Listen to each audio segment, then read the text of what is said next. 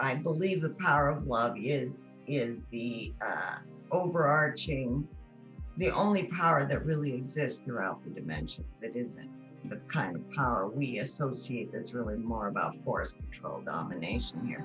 That's not really power. The power of love is simply about just being that emanation of love, being that portal of love. And really, from that place that arises from the heart, all power is available because the power of creation is inherent in that power, basically. And that's what the crystalline dimension is about. So it's all about allegiance to the heart and transparency, innocence, wonder, purity. And that vibration is so high that you wouldn't think of harming another. Always in concert with, in relationship with, in harmony with, because that's what creates the oneness. Welcome to your awakening journey. Today's destinations include higher consciousness and actualized potential. If all ascenders could now please be seated in a comfortable meditative posture, we're about to ascend.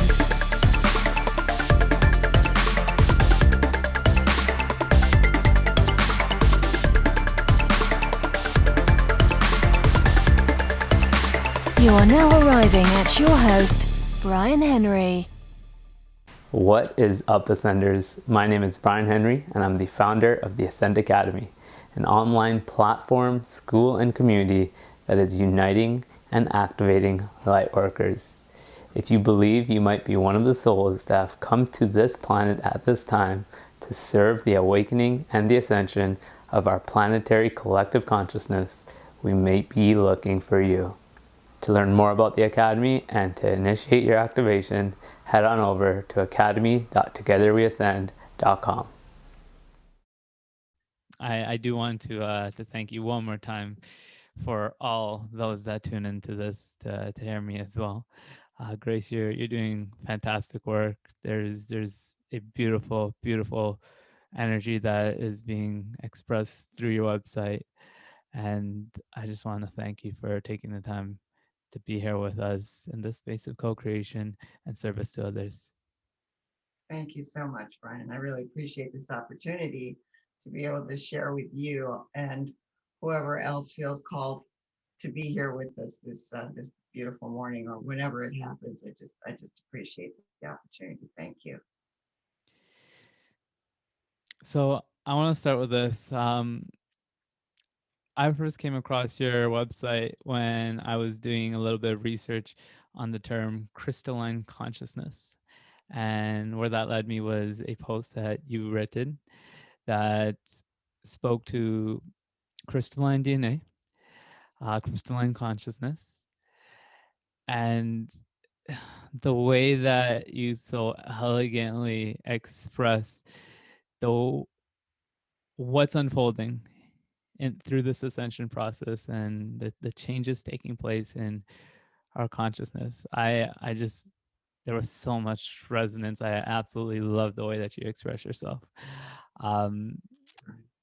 So before we get into what I think is going to be a deep dive into what those terms mean, and I get the chance to hear about, hear from you, how you articulate that, I do want to hear a little bit more about grace.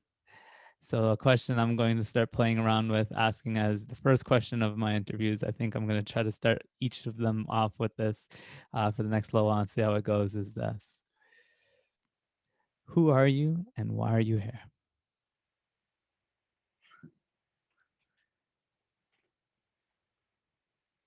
This is an excellent question. Who am I?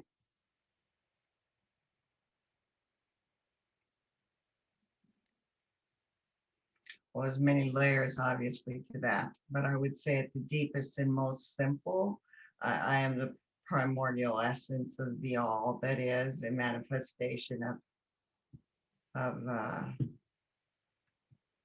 the primal force that is true for every being on this planet, animals, plants, all of life, the essence of life itself, and simply a flowing physical or outer manifestation of that impulse. That's really what I would say. And and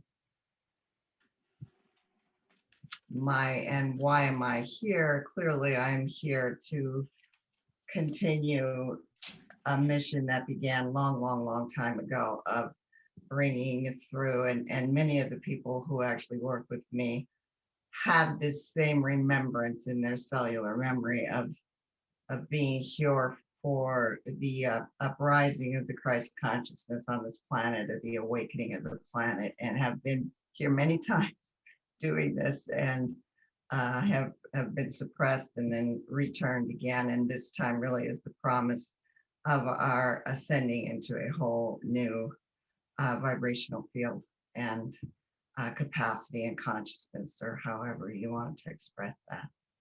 And so my dedication, my commitment, actually my primary commitment and purpose here is to heal the earth. And I work very much in concert with Mother Earth. I'm really here to help Mother Earth in her ascension. And it's really sort of a secondary thing that I work with the collective and some of the individuals who come to my classes. But most of my work is behind the scenes, helping Mother Earth heal, lifting a lot of trauma and violations of the earth, and helping to mitigate some of the circumstances, some of the calamities and the things that are happening with Mother Earth. I have a tremendous love for Mother Earth. She loves you too. Yes, she does.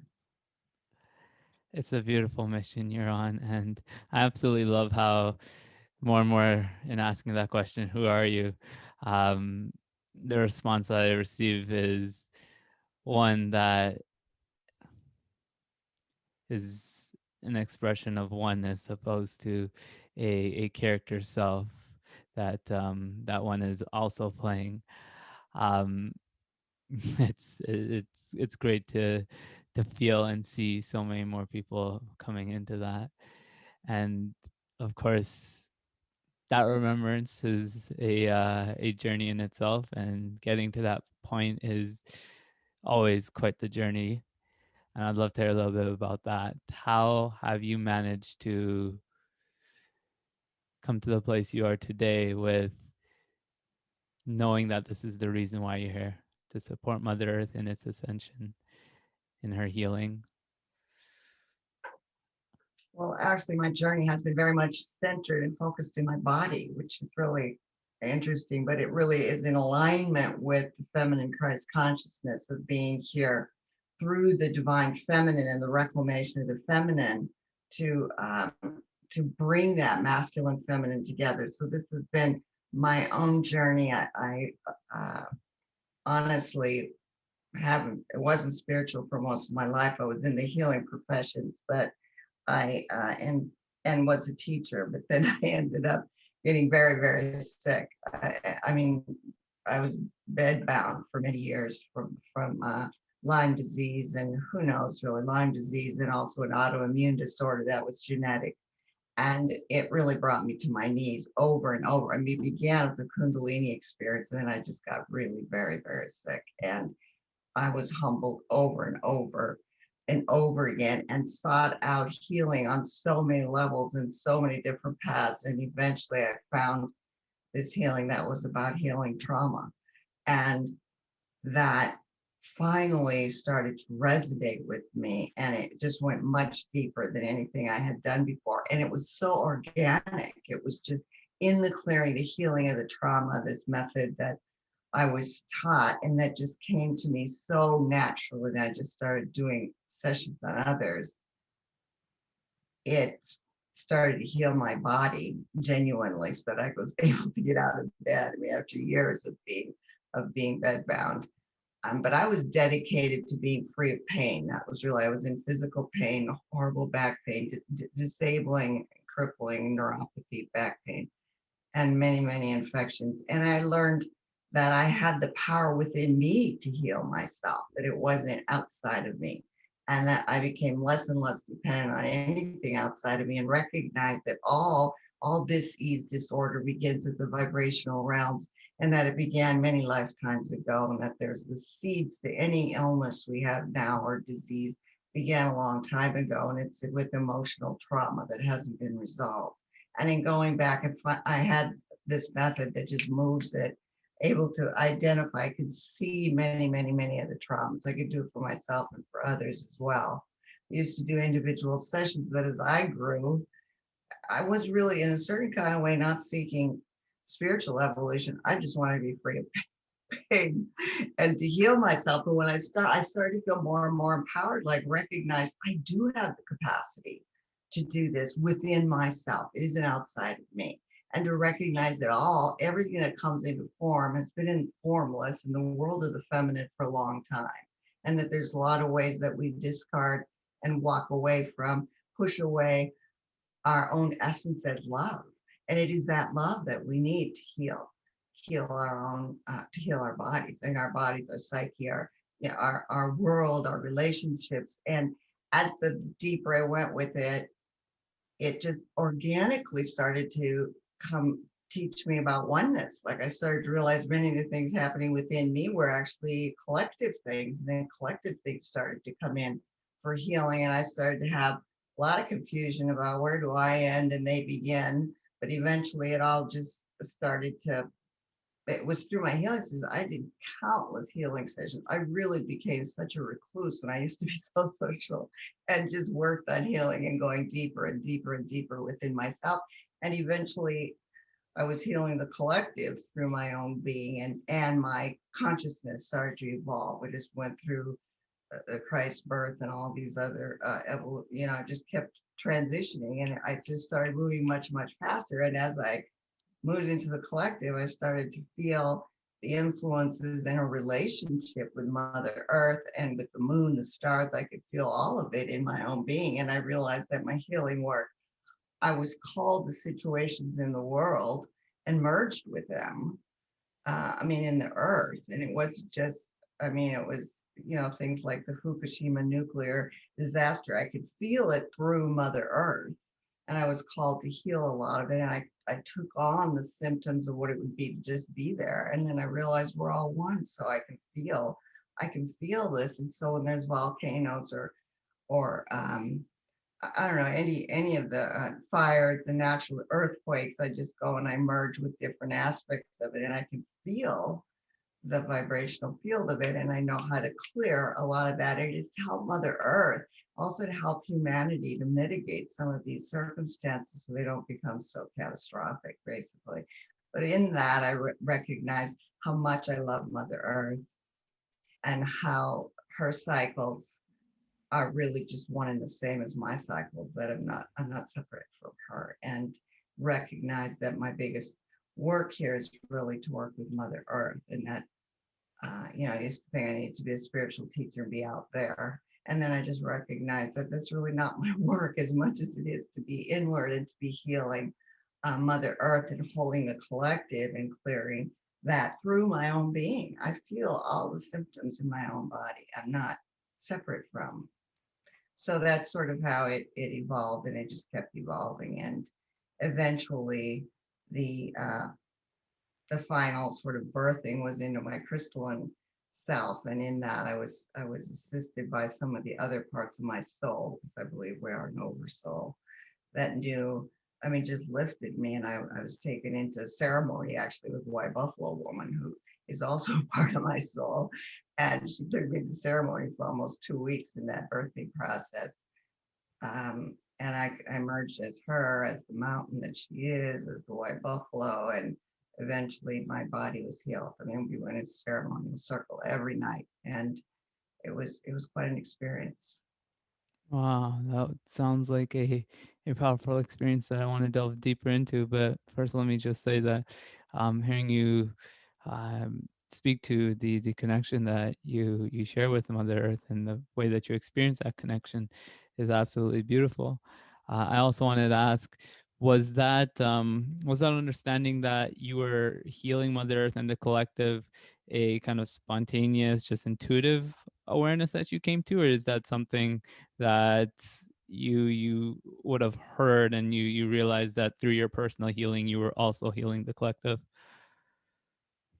No, it arose through me, like it's hard to describe, but I feel like the greater whole is teaching me, and through my experiences being informed, and I am also uh, through my healing work, I just learn so much. I mean, it feels like I'm just downloading constantly with uh, information that's sort of all these prisms of divinity. It's the best way I can put it. And I long since haven't been reading anyone else's stuff because I was told this is you are the direct download. So don't be trying to dilute it, because we each have our own sort of expression that we're being asked to bring forth.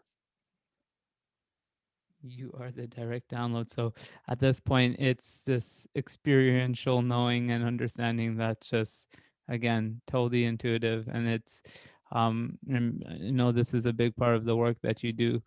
It's embodying the knowingness of oneness through experience. And that is is a process, again, of healing, clearing. Um, it sounds like an incredible healing journey that you've been on. That story that you came to towards end there, with regards to that ceremony, just out of curiosity, how long ago was this? Several years ago.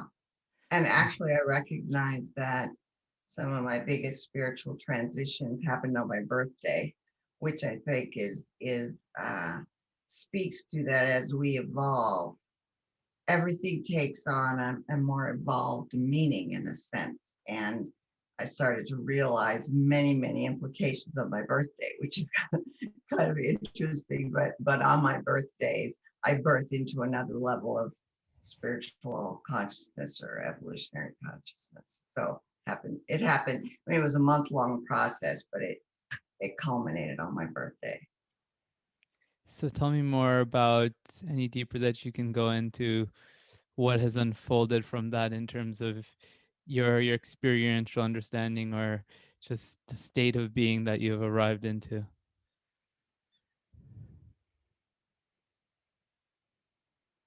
Well, I think actually I've increasingly realized that my mind can't grasp most of the realms that I'm moving into, or that I've moved into. And sometimes I do healing sessions for hours every day. This is really what most of my work, but uh, I can see whenever any question, I don't necessarily ask questions, they sort of arise and the answer is right there. But the prism upon prism, I feel like I get just these downloads that my mind really can't understand. But in the vibrational realm, they totally make sense. Like I get it. I feel the whole sense of it. I mean, really feeling is a big part of this, and intuition in the sensory and visceral connection with the earth really and enables me to hold this container, but I really feel more like it's just the fluidity and flow that runs through me. I can't really grasp onto any of it or remember it in the linear sense, because it's not meant to be held onto like that the way we do. So I feel like I've more and more come to trust and merge with and align with this inner impulse and knowing. But the biggest differences are that at the sort of challenges right before that transition were to overcome all darkness, really, and understand that there is really only light. And that the power of love is really the only power that exists. That's really what the crystalline dimensions are based upon. And so how to I mean, it's immensely powerful, and I literally see myself like just breaking through glass ceilings over and over, just cracking through, of seeing what the collective holds. Our thought forms are holding almost like layers, and just breaking through, because none of that is true. Uh, Nothing, I mean, everything is possible. And I can see that the power of love can just break through so much, and that it is in believing, just having this faith that love can heal everything, which I now know. Like, I don't do anything other than generate greater love and lift anything that blocks it in my being. I don't know. I just feel like the sky's the limit. Miracles are commonplace, are really a part of our consciousness, are part of our capacity, part of our awareness, and that there's really nothing that is impossible. The only thing that limits us is our thinking and any limitations we have. So it's kind of an exciting world. It's really one of wonder, like, wow, what else is possible? And it opens up so much.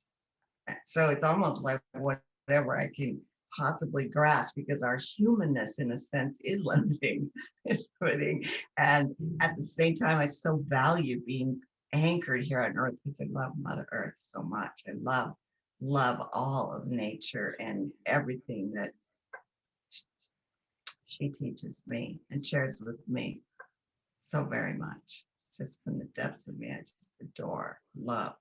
So I love being here. I love the experience, but it feels like there's wonder at everything and such spaciousness floating, like there's just so much possibility. That sounds incredible. And what it points to me is the coming together of our humanity and our divinity, the integration of the two. And being so at peace, like that, this, I did a healing circle last night. It was about peace. And I just realized there's absolutely, there is no such thing as fear, which is actually part of what that transition was about also. It was just about really letting go of fear and being able to reside in this inner peace and spaciousness and flow. And instantly when something happens, rather than down the road, which is what we have to learn, to just instantly be in complete accord with, alignment with, thank you. This is awesome. I mean, just like even the most, what the ego would consider adverse experience is just thank you. There's something beautiful about to unfold, whatever that's meant to be. and it does. How do we come to that? Actually, the only way I know, and I just think it's part of our human experience to evolve into that, to be able to see it over and over. I really think we're very assisted in this as well, to see over and over that when we have faith, that it turns out okay, and to keep reflecting back on that and to really be grateful for that over and over. Like, thank you, noticing the outcome, so that eventually we come to expect that. Like, we know even when there's adversity, something beautiful is about to unfold, and that we are about to take a bigger step in our consciousness, and to trust that, and to really be allegiant to that. Thank you. I just know I'm just about to be liberated in even a more expanded way. Faith that it all serves us. Yeah. But I think if you come to it gradually, I mean, you can't, it's a progressive journey. Because your experience starts to provide evidence for that, and then you cultivate that trust over time. Yeah. I mean, that's the only way. I mean, that's basically how it happened for me, but I always wished that I was the person who would be fine with all adversity. But it took more. I mean, it's just that the time between acceptance, between the initial outrage or whatever the initial reaction is, and acceptance became shorter, because I really started to see that every circumstance turned out where I learned something. I was humbled in a new way. I learned something in a new way. And it was so enriching that I finally realized that, I mean, I sort of just got out of the way so that the I became the universal I. I mean, there's really no me here in a way. And yet there is, I don't know how to describe that most, but I just realized I'm just a pawn in this. I'm just being buffeted around. And I think that, actually coming back to your other question about how things transitioned, it really felt that there was a time where I'm no longer running even this body. It's being run by a much greater force than I. And I believe that is a very benevolent impulse and incredible intelligence. So I'm okay with that. I realize I'm just being sort of run, and I don't mean that as I'm surrendered to that. I am that impulse. And so I don't have, even driving my car, as simple as that sounds, I became aware one day that I wasn't driving my car. And I thought, oh, I need to ground. I had the old conditioning, oh, I've got to ground. I'm just not feeling like I'm here. And then I realized, no, this is actually a different experience. I'm totally driving this car and everything is handled in a sense, but I'm not doing it. And I realized I was being driven through in a sense, that I wasn't, as I had identified myself before, was no longer doing that. How does that feel in the body? Well, actually, in a way, it's incredibly liberating, because the body itself is divine intelligence. So I realized that the things emerging in my body, including illness or any discomfort, is really the greater impulse pushing up the things that aren't love in my body, just to bring it to my attention. So my body just became a much larger instrument. And I realized it's really not what we think of as the body.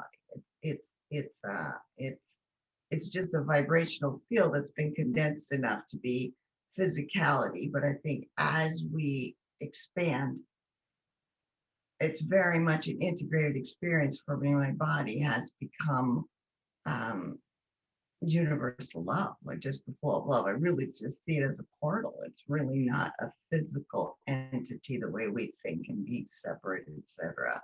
Because I can feel, I mean, my eyes tell me different, but when I close my eyes, I can feel being one with all of it. But when the full moon is coming on, I can feel that. I know a full moon is coming. I don't need to look at the calendar. I can feel it. I feel the field of the full moon is starting to expand in me and enrich or fill myself, and I'm at one with that. So it's really, I don't have a separate physical body in a certain kind of way, although I know it looks that way here. I mean, even physics tells us that our bodies are vibrational fields, basically. It's just that I see that the vibrational field goes into, I mean, I can merge with pretty much anything in the universe. So that's part of my body in a sense as well. It's this experiential, again, understanding that the body is a projection of the energy, opposed to it being the thing. It's the energy that's projecting into the experience of a body. Correct. Yeah. Now, Correct. I do believe that a good amount of the types, I don't like using the word types of people, but for the sake of communication, the types of individuals that are tuning into this this interaction and transmission, they've already come to a place where experiencing oneness is an intention. They've already held it in their minds, their fields, that I want to experience oneness. And very often I think that consciously wanting that first gets birthed in us in having these types of experiences, starting to feel that, and perhaps slipping in and out of it, right? Where they sometimes feel that sense of connection with all things, and other times they don't. So I definitely can anticipate that, or I do anticipate that, a lot of people are hearing this and they're saying, okay, yes, I want this, I want that, I'm ready to surrender to this intelligence and to be that, to express that.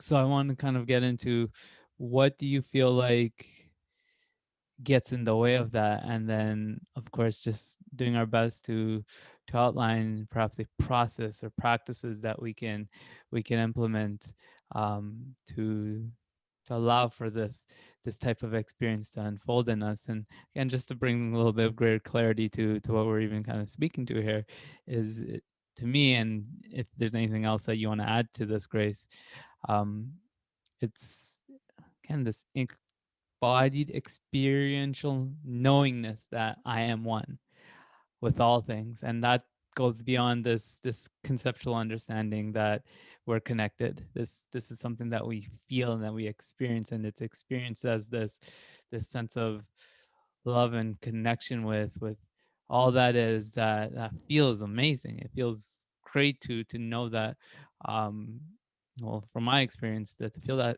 connection with others and with the world around me. So again, just what suppresses in us that experiential knowingness and state of oneness. Well, in my understanding, in the way that I see it, I as I alluded to, the masculine and the feminine, and the feminine is really the vibrational realm, the realm of formlessness, basically, and the masculine is the world of form, much more that which we can see, and so um, in order to experience the oneness, the real key is the opening of the heart can only be felt through the vibrational fields. It's really not an experience, I don't think, that we can truly get through the mind or through having our eyes open in a certain kind of way. It really is an inner experience of a vibrational oneness that is it requires the heart, fully engaged heart, because the heart is obviously eternal and endless, infinite. So it's the only part of us that is, but it also requires an opening and beautiful relationship with the body. And the body is so intelligent. And I think when what you're talking about, how do we block that experience of oneness? We block when we contract unconsciously, when we shut down, when we're not able to um, be in the full, open-hearted relationship with all the other vibrational realms that are out here, which includes obviously plants, animals, the earth, the galaxies. All of it is from the vibrational realms. I mean, that's really where I believe the love is, the essence of life itself. It's what gives life to our whole world, our existence here on this planet.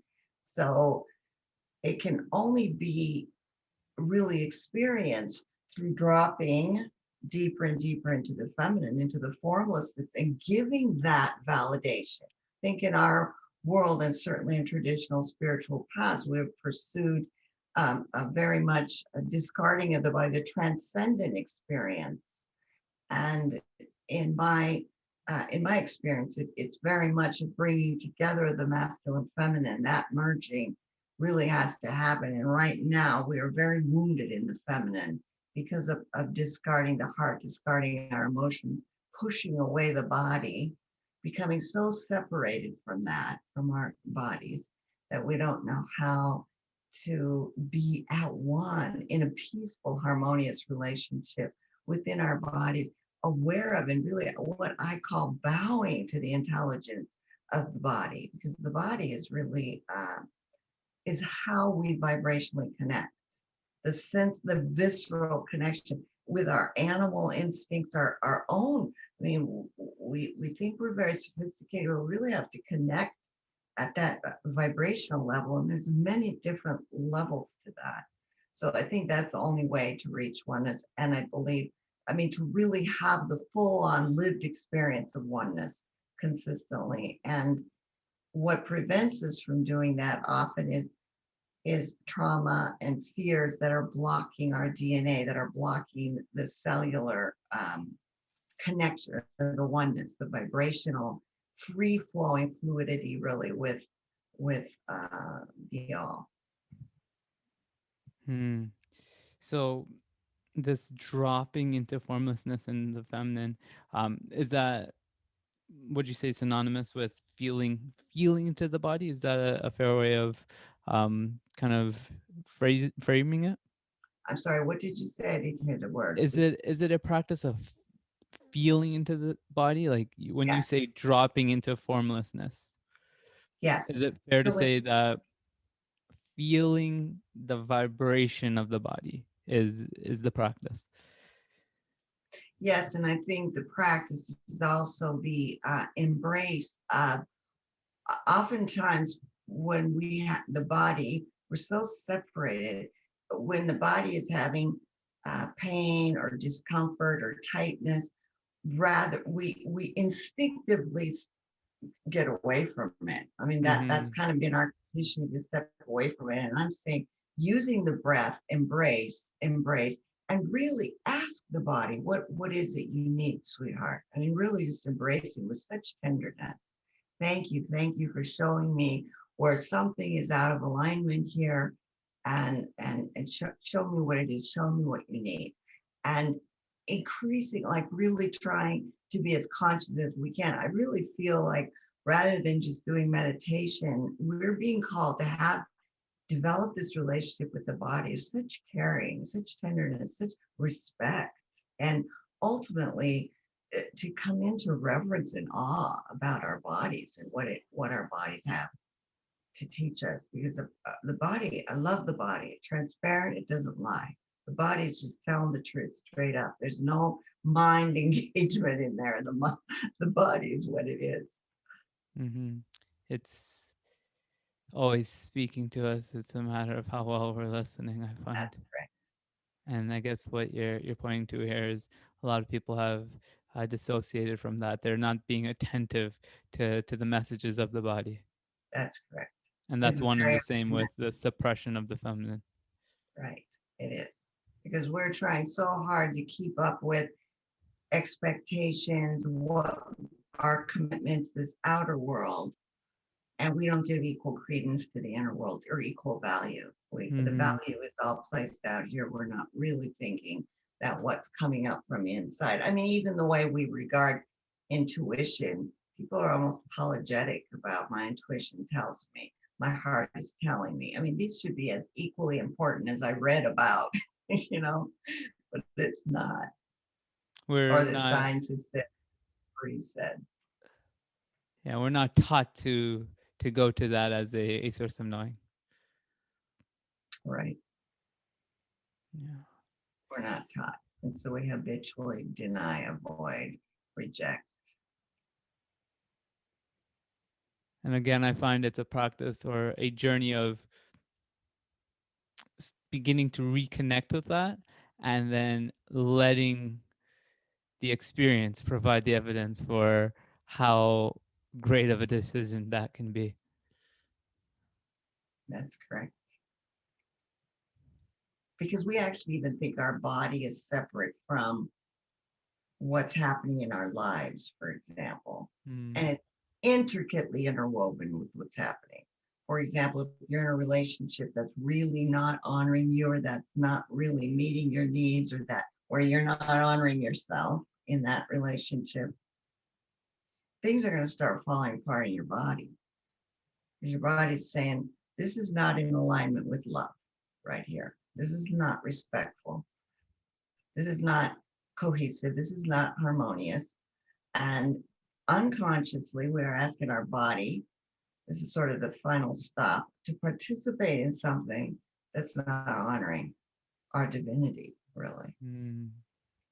And so the body starts to say, don't think so. This isn't working for me. You have to start to learn the language of the body. The body is sacred to me. It will tell you when you may be acting out of alignment with your divinity, with your highest expression. Yes. So the more we Always. tune into Take that, the hold. more attentive we become to that sense of the inner world, the vibration. And I think there's really it's really important to kind of just emphasize that, like, it's a practice of just feeling the sensations of your body.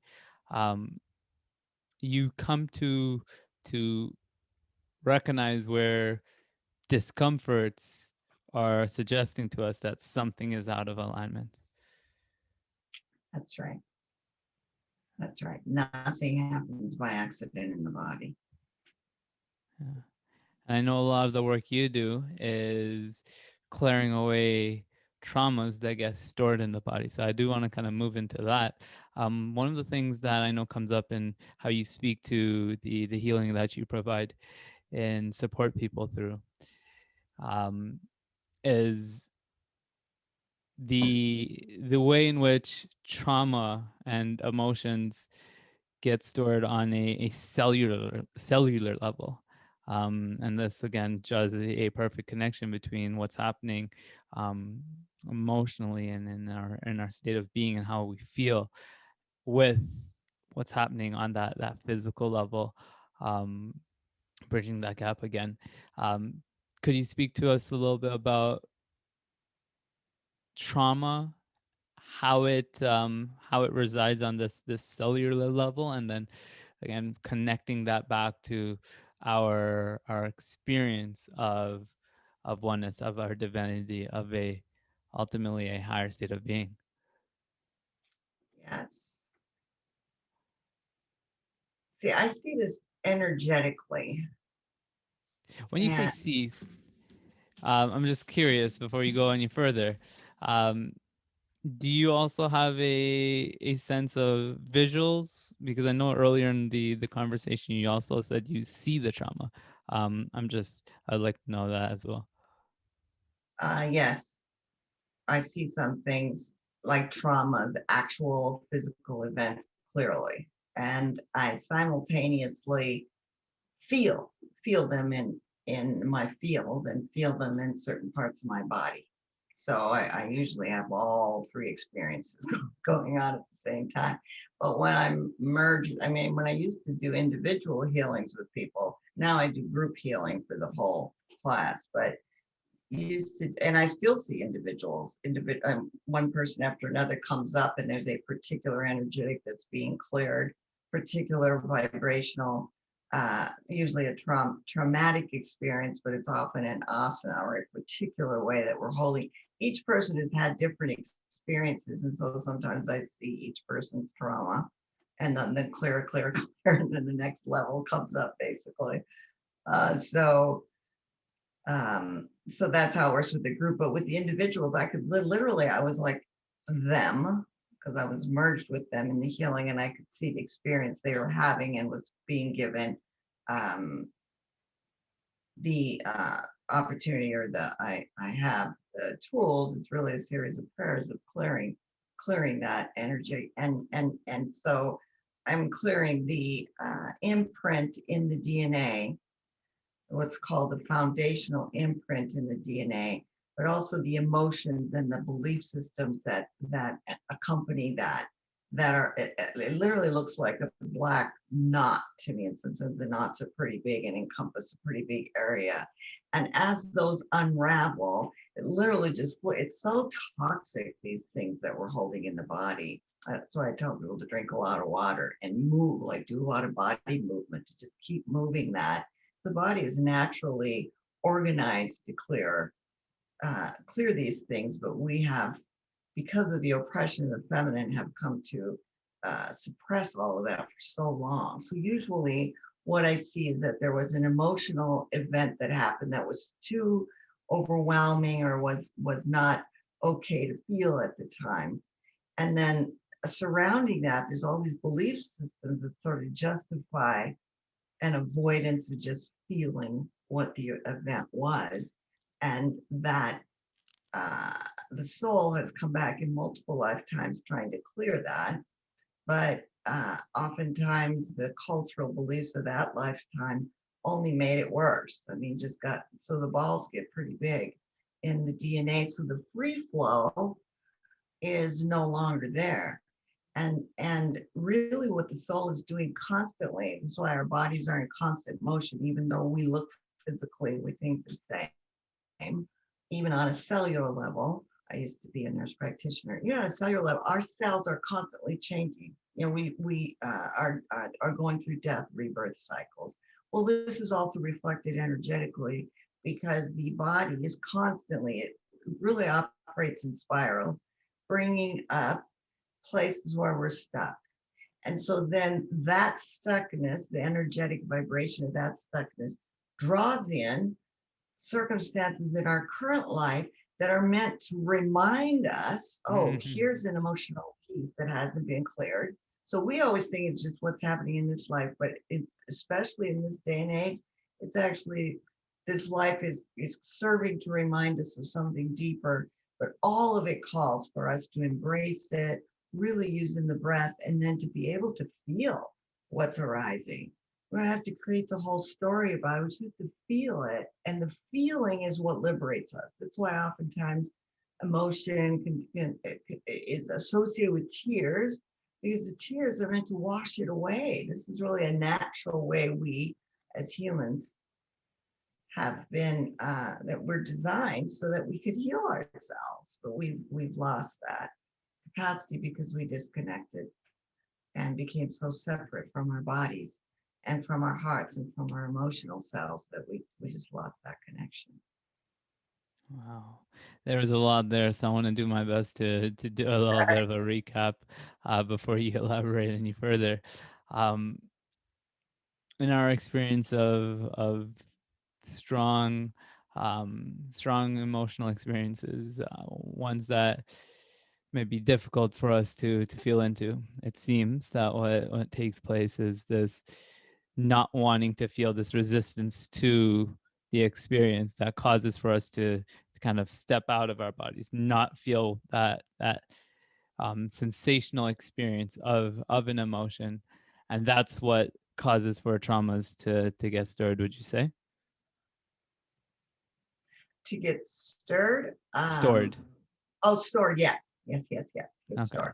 Absolutely. And my understanding of that is, if the emotion isn't allowed to be fully processed, or doesn't pass through us in that experience, if we again disconnect from it and don't allow ourselves to feel it, perhaps because it's difficult to feel for us, Yeah. um, it gets stored in this way where it remains within our energetic field, and until it's felt, it's going to have an effect on our experience, on how we feel. Yes. Okay, a couple other things that Good you job. Right. That's exactly right. it's not my first rodeo. Right. But the way that you articulate it, Grace, is very powerful. Again, you have a elegant way with words, and hearing someone like yourself speak to it from a different lens and with the use of different words, it definitely supports, I'll just say, me in better fully understanding it, I'll say. I like the way you said that. Yes. Another thing that you pointed to that I would love to hear you kind of elaborate on is the way in which our belief systems actually get formed in association with these traumas. So would you actually mind kind of just explaining to us how limiting beliefs, the beliefs that we've ultimately subscribed to, um, get formed in these experiences, and then we can kind of, transition into the ways that these beliefs often don't serve us, and then of course we'll go even deeper with how we can release them. Okay. Yeah, it's very interesting actually how our belief systems are really based on fear, because oftentimes the trauma had some level of fear. I mean, I'm talking about some really serious traumas because my work is usually with the deepest and the darkest traumas that are really hard for people to really, we're not that equipped because we've learned to deny it for so long to actually open in the face of some of these. But what happens is that and so it's really horribly traumatic. I mean, these are almost like PTSD kinds of things that most people would find horrifying. I mean, these are just often very deep traumas, and so then because it feels so overwhelming, and because we have for so long, this didn't just begin in this lifetime, learned to deny our emotions and our heart in favor of our minds and the analytical, we don't really aren't well equipped. So aren't well equipped to really feel, to just simply feel what's arising. So instead, we spend and it's encased in fear. So it's very interesting how many times I've talked to someone and they the body already is bringing something up, and so they're just having a lot of fear, anxiety arising, but they don't know how to get past that, because obviously the contraction that happens with fear only makes us less able to open our hearts and to feel. And so usually they're just bouncing in the fear realm and unable to get into it. And then the fear itself takes on a lot of thought forms about, this is dangerous, this is not something I want to do, this is too painful, this is too much, this is too, and we just get into this whole story about it, and this is connected to some blah, blah, blah. And pretty soon we have more and more layers of belief systems that are in certain kind of way, almost the trauma seems simple compared to the belief system. And then as soon as we start to hit that energetic, unconsciously, we go to that thought form. We just go to the thoughts, and the thoughts keep us protected. It's almost like a wall around us, and we can't get into the heart, the emotion part of it. Mm-hmm. Does that make sense? That's kind of how I see it. Yeah, it certainly does. It's I find it's fascinating how in just one experience, one strong emotional experience that isn't allowed to be processed fully and felt through it.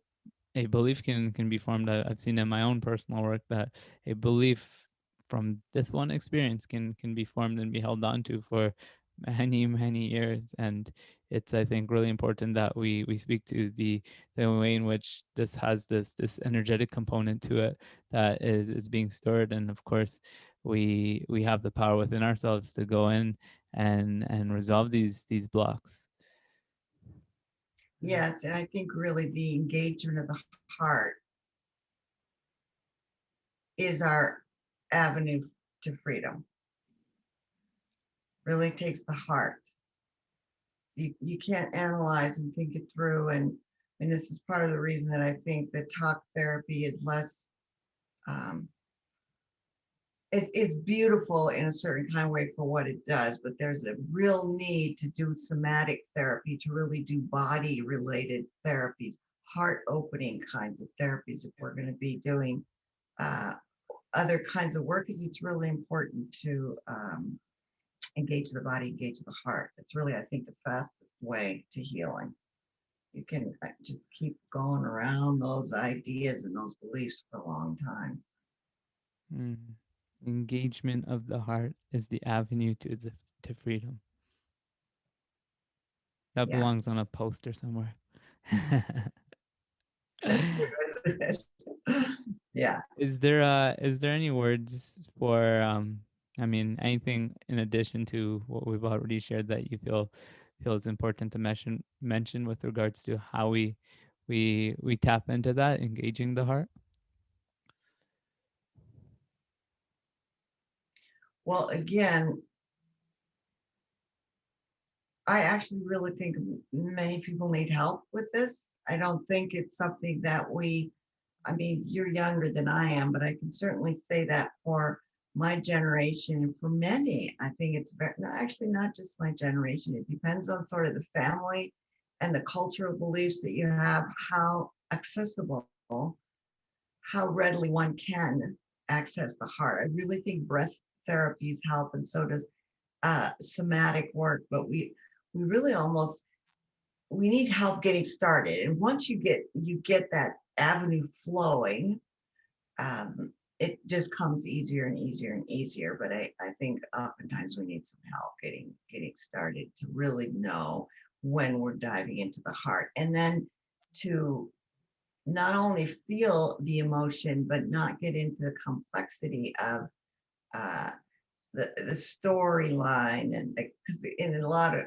ways it's not that important, but when we're first beginning, we think it is quite important. Sometimes it does contribute to releasing. Um, but as we move along and really develop greater and greater mastery, I think the story isn't that helpful. The heart can really just show us the whole story in a lot of ways, in the sense of what we need to know and feel. It's really the feeling that needs to be fostered. Yeah, it seems that that's the point that we circle around: feeling, feeling, feeling, and reconnecting with that. I mean, there's only so much we can say with regards to it, because we're still playing the game up in the mind when we speak to it. But our choice of words, of course, is to guide someone into this practice of feeling and seeing what emerges in doing so. Absolutely. And thank you, Bryan, because I really appreciate you. I feel you getting this, and I feel like just in talking, I'm actually feeling my solar plexus is, I don't know if you're feeling this, but my heart and solar plexus are feeling a little bit riled up, and I feel like it's about the way we have disempowered ourselves by denying our hearts, and that the power of love that resides there is beyond our anything we could say in our minds. And that's what we need to access to heal. So the more we can do that, just moves our journey along exponentially. It's just much quicker. Mhm. See, and you saying that, it brought my awareness to drop into there with greater attention, and I, in doing so, began to feel a more expansiveness sensation, a more spacious sensation. And I think one of the other reasons why you bring this up, Grace, is because I do intuitively know that our listeners are going to, or some of our listeners are going to hear this and experience a similar sensation. So in fact, I invite us all that may be tuned into this right now to drop into that feeling, into that sense of spaciousness, and um, allowing for greater energy to flow through our hearts, through our solar plexus. It's a very, and I can only speak so many words to it, but for me, it's a very expansive and pleasurable sensation. Yes, and just bringing our attention there right now, I can just feel. I mean, just that gives it permission to release gently in a lot of ways, to just to release that which was arising, a level of anxiety about, oh, how can I do this? How is this possible to be this much love, basically? And it's just saying it's okay. It's okay. I'm right here. Mm, So what a this is beautiful, beautiful. beautiful, spontaneous healing that we just collectively brought Yeah, through.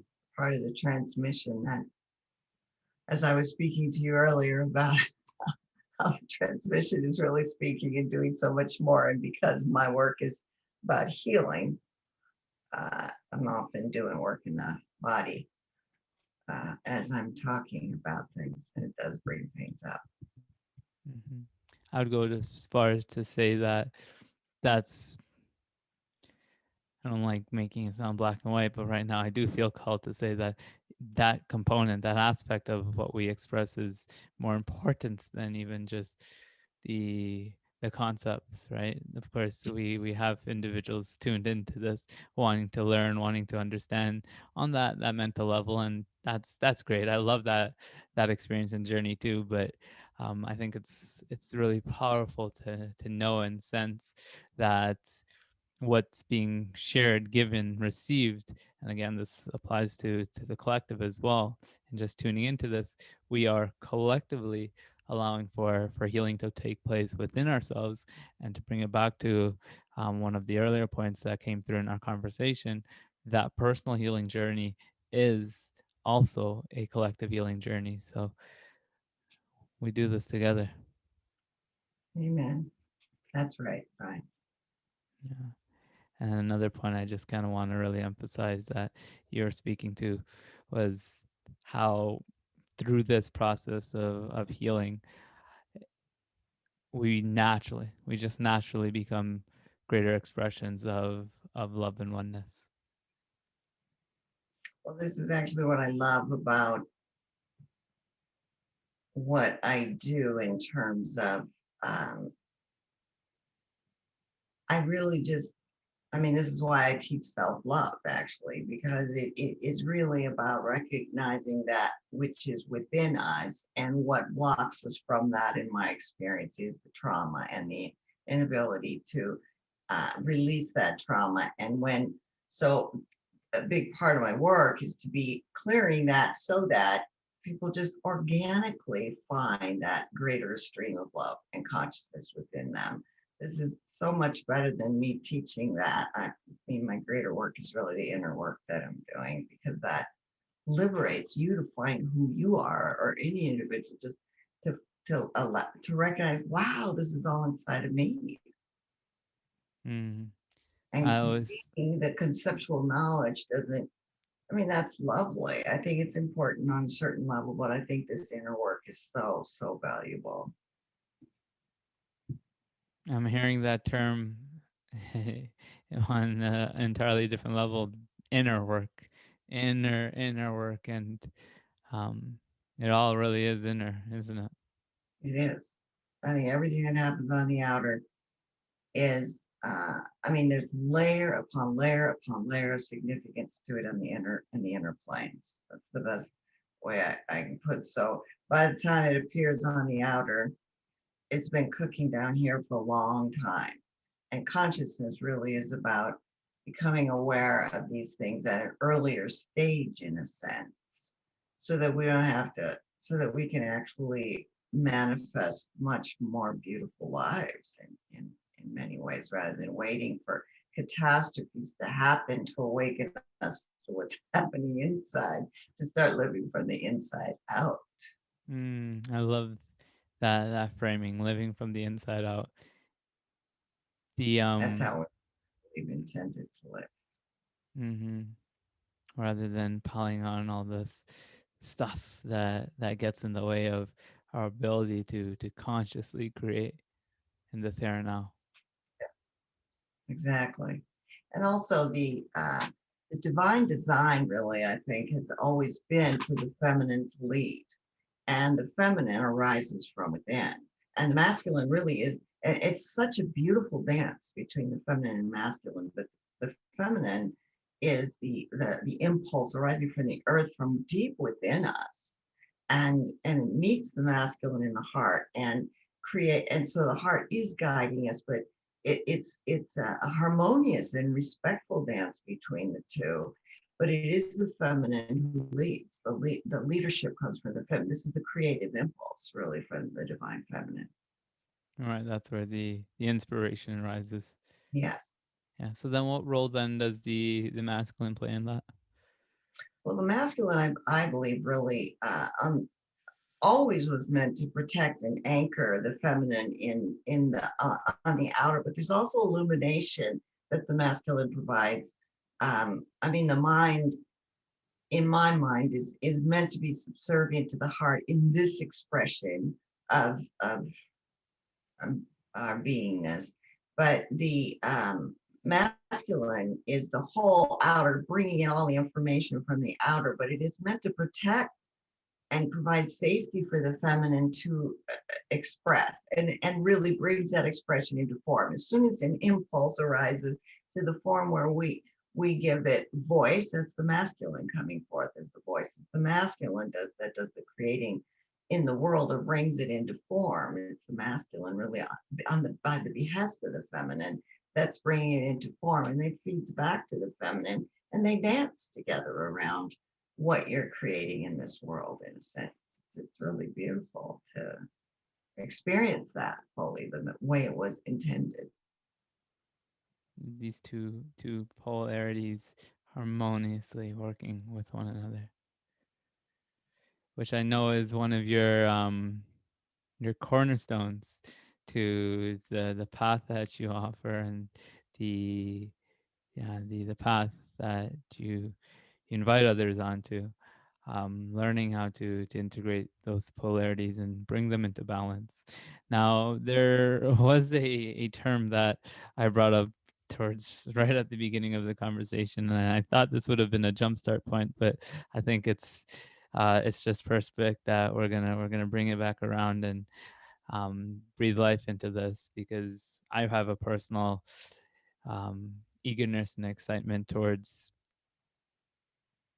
dissecting this dimension of what's unfolding in our shift and in our experience. And it's the term crystalline consciousness and crystalline DNA. Again, as I had mentioned, that's how I came across you and your work and doing research on those terms. So Grace, why don't you share with us a little bit about what those even are? Let's start with.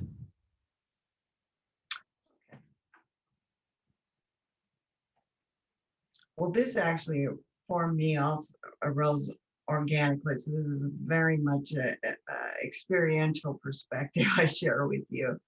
It's not that I didn't have some awareness of it, but it really emerged as I evolved and just came into it. I really had no idea what to expect.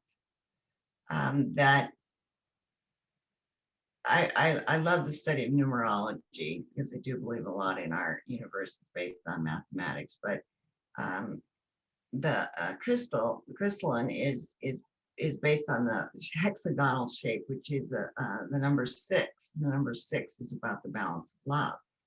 So I really started to see that the hexagon, or the crystalline consciousness, is really based on love, and that it is a higher and love in my the way that I teach it, or it's been shown to me, really love is the divine feminine expression, and light is the masculine expression. And when the two of them come together, they create sort of love and light. So they're sort of almost synonymous, but they encompass both elements and create a third entity that's even greater than that. That's really the crystalline consciousness, and it is obviously a higher, and it is based on the foundation of that the feminine leads the masculine in the dance, and that it arises from love, and that we are here, so that the crystalline DNA is our 2-strand DNA, but it has, in addition, numerous other strands that are in, because our vibration rises. You really have to understand the vibrational realms, I think, to understand the crystalline consciousness, because as our vibration rises, becomes less and less, there's a fluidity between form and formlessness. It's not just that we are in that there's this form and that there's like clear boundaries, because on the vibrational realm, the boundaries aren't that clear. They start to just merge into other sort of vibrate. I mean, the vibration keeps going deeper, deeper, deeper, higher, higher, higher, and becomes more and more expanded. Many, many, many, many frequencies. I think sound actually teaches us some of this as well. But in the crystalline dimensions, I believe is all, and it is the higher dimensional realms of the omniverse, based on the vibration of love, and that's why it is the crystalline, and it is a higher form of even our physicality, so that we are aware that our bodies. I mean, this is where the focus of my work now is on developing this kind of relationship with the body and the heart, that is one of respect and adoration. And I believe the power of love is the overarching, the only power that really exists throughout the dimensions. It isn't the kind of power we associate that's really more about force, control, domination here. That's not really power. The power of love is simply about just being that emanation of love, being that portal of love. And really, from that place that arises from the heart, all power is available, because the power of creation is inherent in that power, basically. And that's what the crystalline dimension is about. So it's all about allegiance to the heart and transparency, innocence, wonder, purity. And that vibration is so high that you wouldn't think of harming another. Always in concert with, in relationship with, in harmony with, because that's what creates the oneness. So I believe that this is the crystalline dimension that we are stepping into, and our physicality has to obviously purify to be able to hold that vibrational field. But we also have to move away from our individuated consciousness into collective consciousness and the recognition of that oneness, not as a conceptual understanding, but really as an operational understanding. Mm. So it's essentially everything that we've been alluding to. This crystalline consciousness is the very same state and awareness that everything that we've spoken to earlier is pointing us to. Absolutely. And it's really such a blessing that we have this opportunity, because I think it's actually been here on the planet before. I mean, I haven't studied this a lot, but certainly what Jesus did at the resurrection and ascension is, I'm sure, what was going on. Sri Aurobindo certainly spoke about this, and the mother in all their writings. And the advanced Tibetan lamas, they speak of the rainbow body. The crystalline body is rainbow, is a rainbow. I mean, it's phenomenal. I've never actually even seen, in all the images I've seen, the actual way that I see it, but it has both the masculine and the feminine in it, but it is rainbow colors, and it's brilliant. I mean, it's quite glorious, but it just keeps going, and it follows the crystalline grids that are throughout creation, in a sense. I mean, it resides at that vibration. So it's like you connect to a grid. It's much, much beyond what we have as internet and our, our Wi-Fi.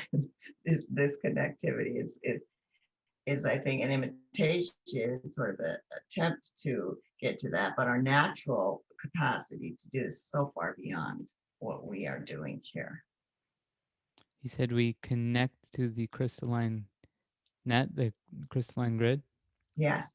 And this happens in conjunction with us accessing this crystalline consciousness. Yes, and our body, it's not just about the consciousness, it's about the body becoming a multidimensional body, which is really the 12-strand DNA, which only 2 of those are biologic, and the rest of those strands are in vibrational realms, is the best way to put it. And they represent the higher consciousness of being merged as not only oneness, but really divine knowing, in a sense. I mean, there's so many, I can't really express all of it, but it's just that we are in a very different form. And you can command the body to do anything you choose, because then you are really the emanation. I mean, this is part of how I do my healing. I am already the emanation of love. So I know any impulse that comes through is that of love, and that I am commanding some anything that's discordant with love, that's in someone else's vibrational field, or in that of the earth, or in the collective, can be, you can call love to just move it, because the power of love is so great. It's the greatest, truest power there is. It is. Now, is this something that we're going to be able to reside in while in these incarnations? Yes, absolutely. I'm convinced of it. Is that information that you've downloaded intuitively? What makes you believe that? I believe that because I can see that the earth is moving towards her ascension, which means that the vibrational field here will be holding a very different vibration. So if you aren't at that field, it would be incredibly uncomfortable to live here. That doesn't mean that people who can't hold that vibration don't have a right to live. They would simply live somewhere else. They wouldn't choose, it wouldn't resonate with them. but I believe that the earth herself is making the transition. And so when the earth does it, like attracts like, so the vibration will draw those who are able to sustain that and to live for that place. You wouldn't have people violating that, living in that field. It would just be too uncomfortable. I mean, I'm not even sure they would be allowed to live in that field.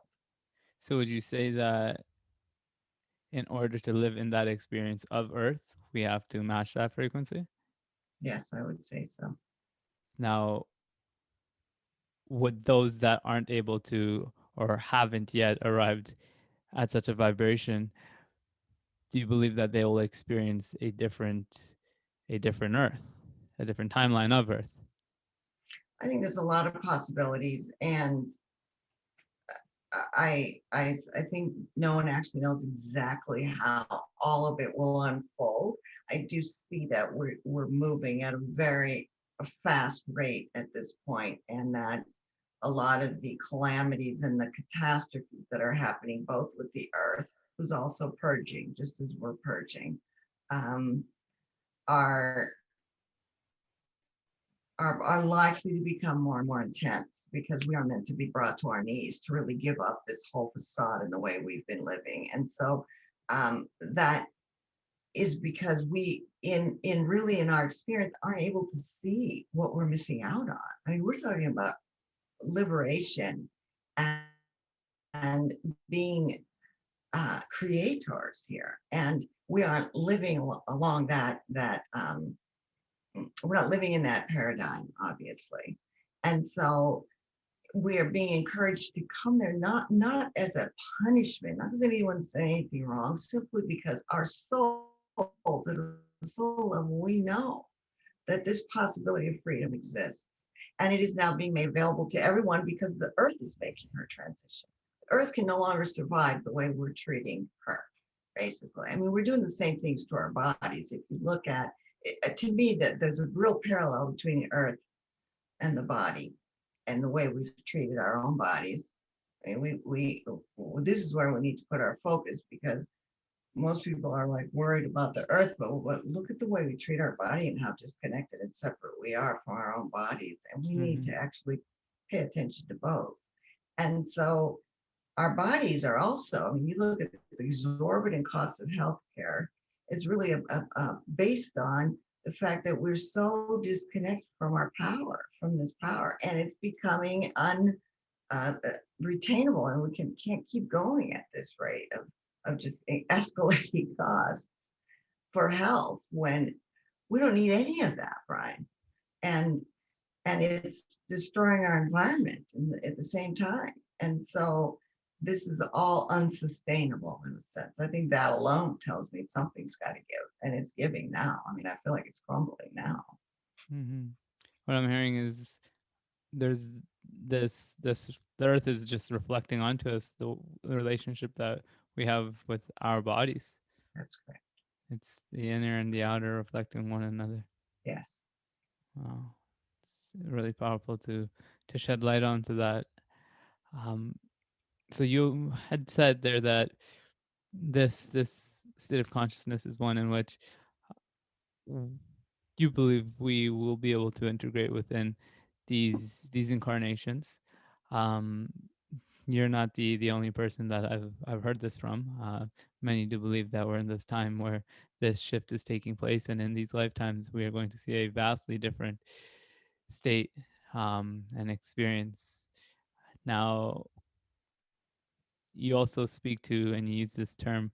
I believe it's the Homo luminous, the new human.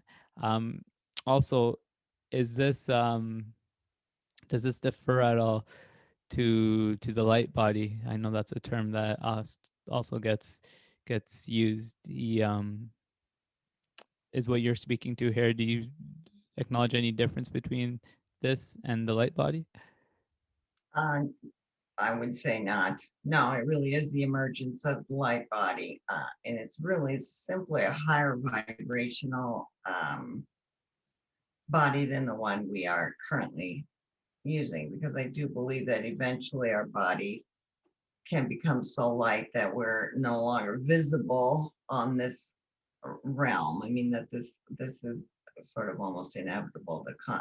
The evolution just uh, continues to raise our vibration until, I mean, just to be visible, you have to vibrate at a certain level, or you can't see that person. That's sort of why we have angels and all the other beings who are here that we can't see. Vibration is simply too high for us to perceive with our human eyes. But when we close our eyes, at least for me, I can see many of these beings. So it's like that sort of. I think we can continue to expand. But yes, it is. I'm sure it is the light body. I'm really not that well versed on the terms, but it is definitely a very brilliant light body. Yeah. I love that you say that you're not well versed on terms, because that just kind of really points to how this is, again, I've probably said this word a few times in this conversation, the experiential knowing, rather it being something that we just read out of a textbook. And of course, that's what we try to guide someone to. Um, so just tell me more about the implications of this shift into, or the activation of our light bodies. And again, another term that I just want you to shed a little bit of light on is homo luminous. What is this? Well, the Homo luminous, I think I really got that from, I follow a lot of indigenous. I mean, I used to really be, I think my body is so shamanic that I could really feel the many of the, I mean, the indigenous tribes who speak of the star nations. I mean, they talk about the ETs like, like they're your neighbor. So I just really appreciated how very common it is for them. That's not something that's a huge stretch. And so I first saw the term there, and I think it was Alberto Vivaldi also that spoke of the Homo luminous that were hiding in the Amazon, because they possess the knowledge of the divine feminine, basically, and the power of love, and that has been annihilated largely by certain institutions. And so I just like the term, but whether it's homo luminous or light body, or I mean, whatever you choose to call it, is definitely an elevated vibrational field, in one which is really marked or characterized by light and love, instead of the density and fear and the hanging on, etc. It's really so flowing, so fluid. It's phenomenal. So that is part of it. But I mean, I see a lot of things through the body. I mean, through the experience of the body, and I'm seeing how we have. This has been a particular interest of mine because I had so much trouble with infections when my immune system was blown out or shot or whatever, and I was allergic to almost all antibiotics, and I could have freaked out because I was aware there was not very much I could do, and I was having horrible, really life-threatening infections. And then I realized that it was all vibration, and that I didn't really need any of those, but that it's a crutch that we've come to rely upon, and because of the necessity. I mean, again, I feel like this is a benevolent universe who said to me, "You figure it out. Of course, we want you to be alive, but you're going to be relying on all these old stories in a certain kind of way." So then I just realized that all infection, the body doesn't want to be distorted in that way, and has the power and the capacity to heal itself. We have that capacity because we are the love. We are the essence of love. That's what fills our being with life and aliveness, life, basically. So I just realized there was some kind of blocking that was creating a lower vibrational field that was consistent with the vibrational field of whatever organism, whether it was bacteria, fungus, whatever, that was causing the infection. And that if I could clear the trauma or the darker, lower energy field, that my body naturally knows how to be healthy. Doesn't need all the external crutches, basically. And that happened for me over and over and over again until I finally knew I didn't need any of that. And I also stopped having infections every month practically.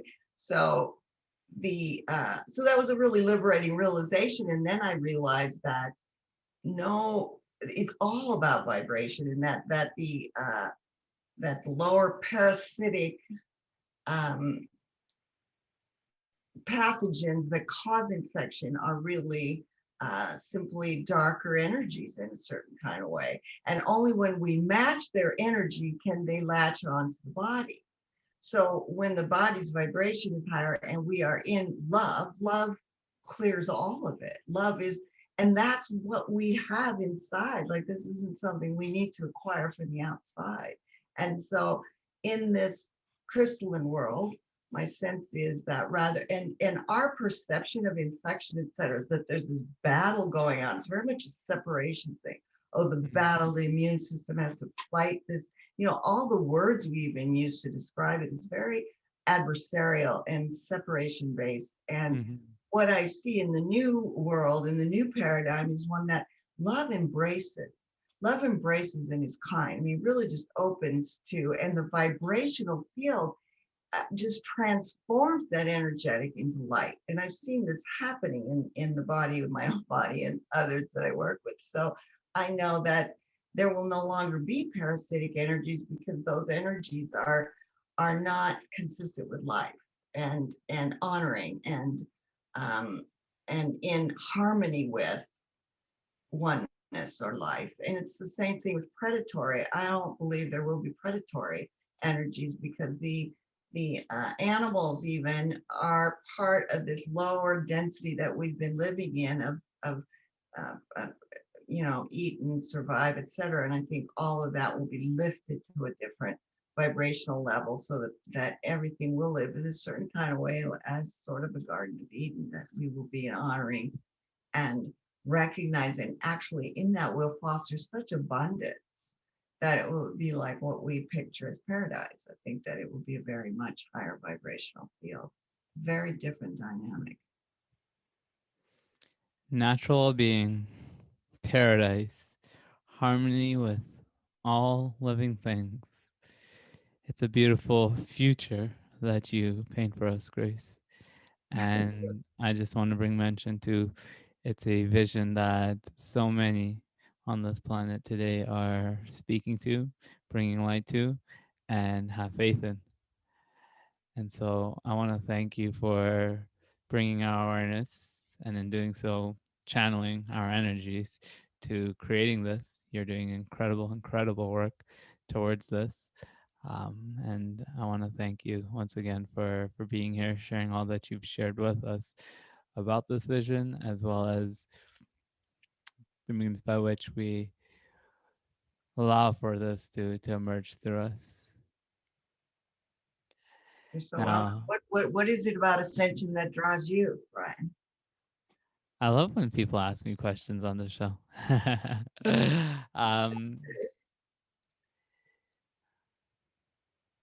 Joy, fulfillment, love, all the great feelings that I have endured in realizing that we're in this together. The more and more I align myself with that truth, the more and more I find joy in bringing joy to others and seeing joy in others, the more I open up to a sense of connection and allow for a sense of harmony within myself through the inner work. It's an active process too.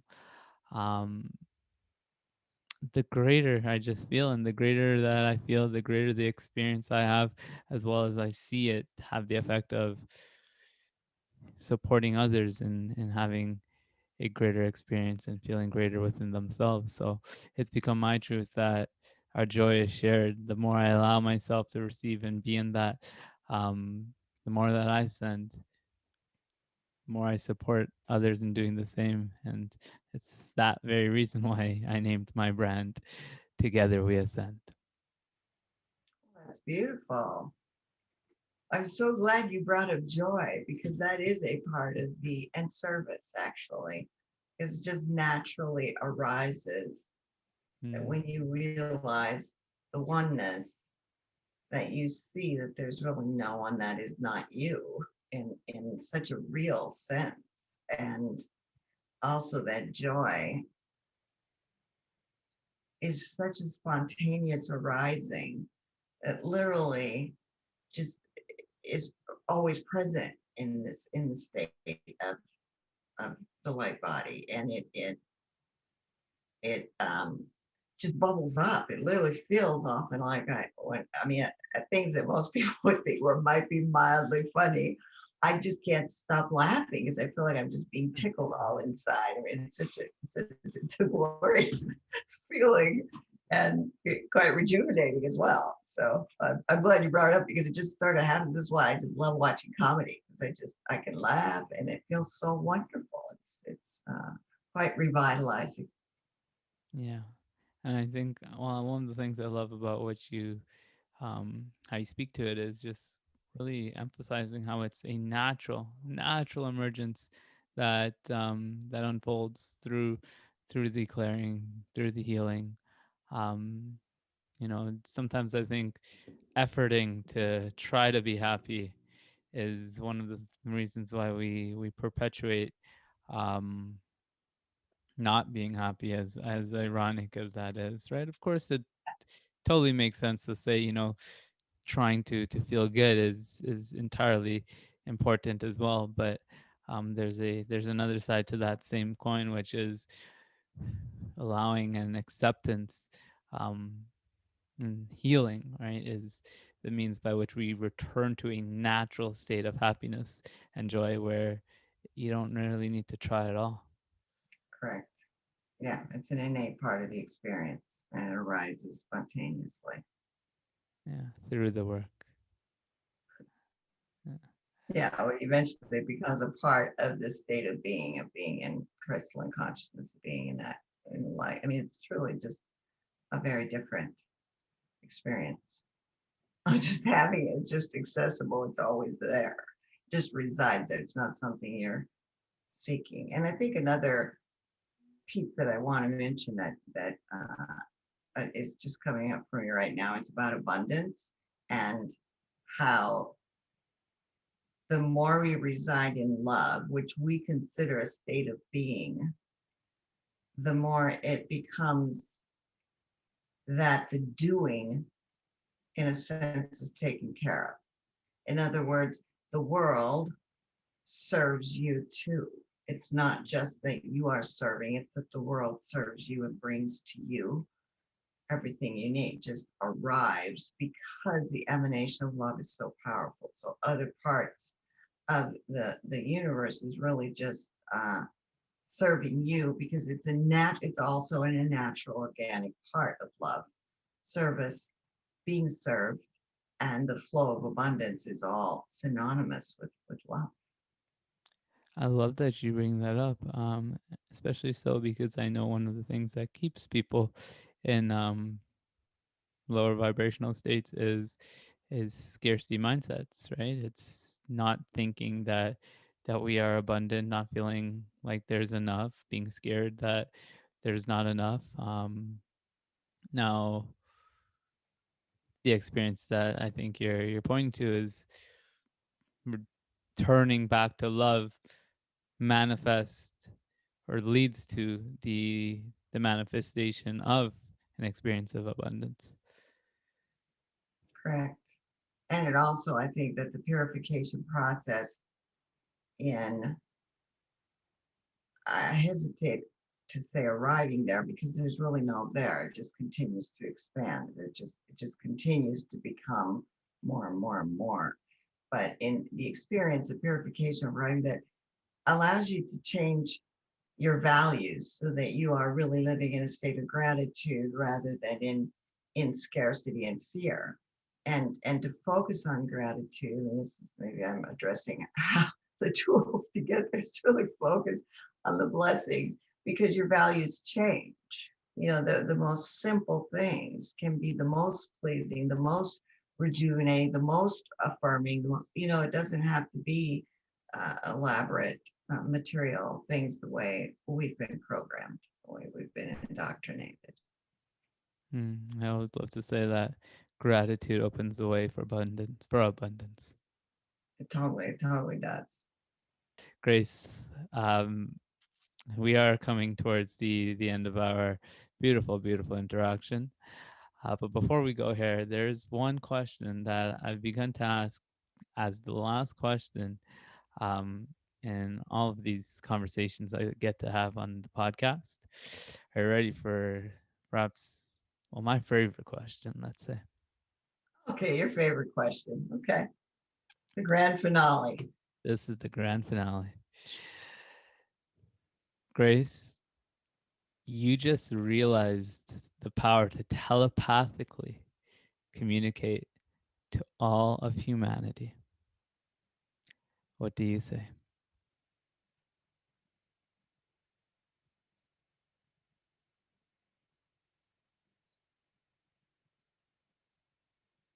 I love you. I love you.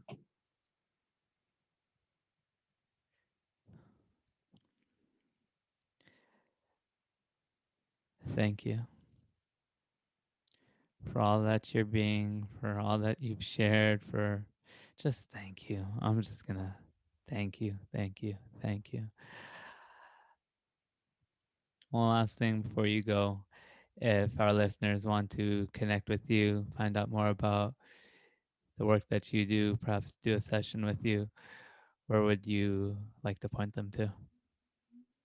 Well, my website would be the obvious choice, graceofthefeminine.christ.com. And then there's classes and events, and pretty much, I mean, I do some healing circles monthly just to sort of meet new people and also do some level of healing. But all of my classes are really very much the masculine feminine model, because I'm doing a lot of the healing work in the background. And my classes right now very much focused on the emergence of the crystalline body and the moving into the multidimensional reality through the body. Great. So the link to that again, Ascenders, is graceofthefemininchrist.com. And a link to that will be found in the show notes, the description to this episode. One last thank you, Grace. Oh, thank you. Thank you. So much. I so appreciate you, Bryan. Thank you for this opportunity. I just really applaud your work so much, and appreciate you reaching out and being so open. And I just love your vibration. Thank you. I appreciate that, and I appreciate you as well. Thank you. So until we meet again, Bryan. Till we meet again. Take care. All right. Bye-bye.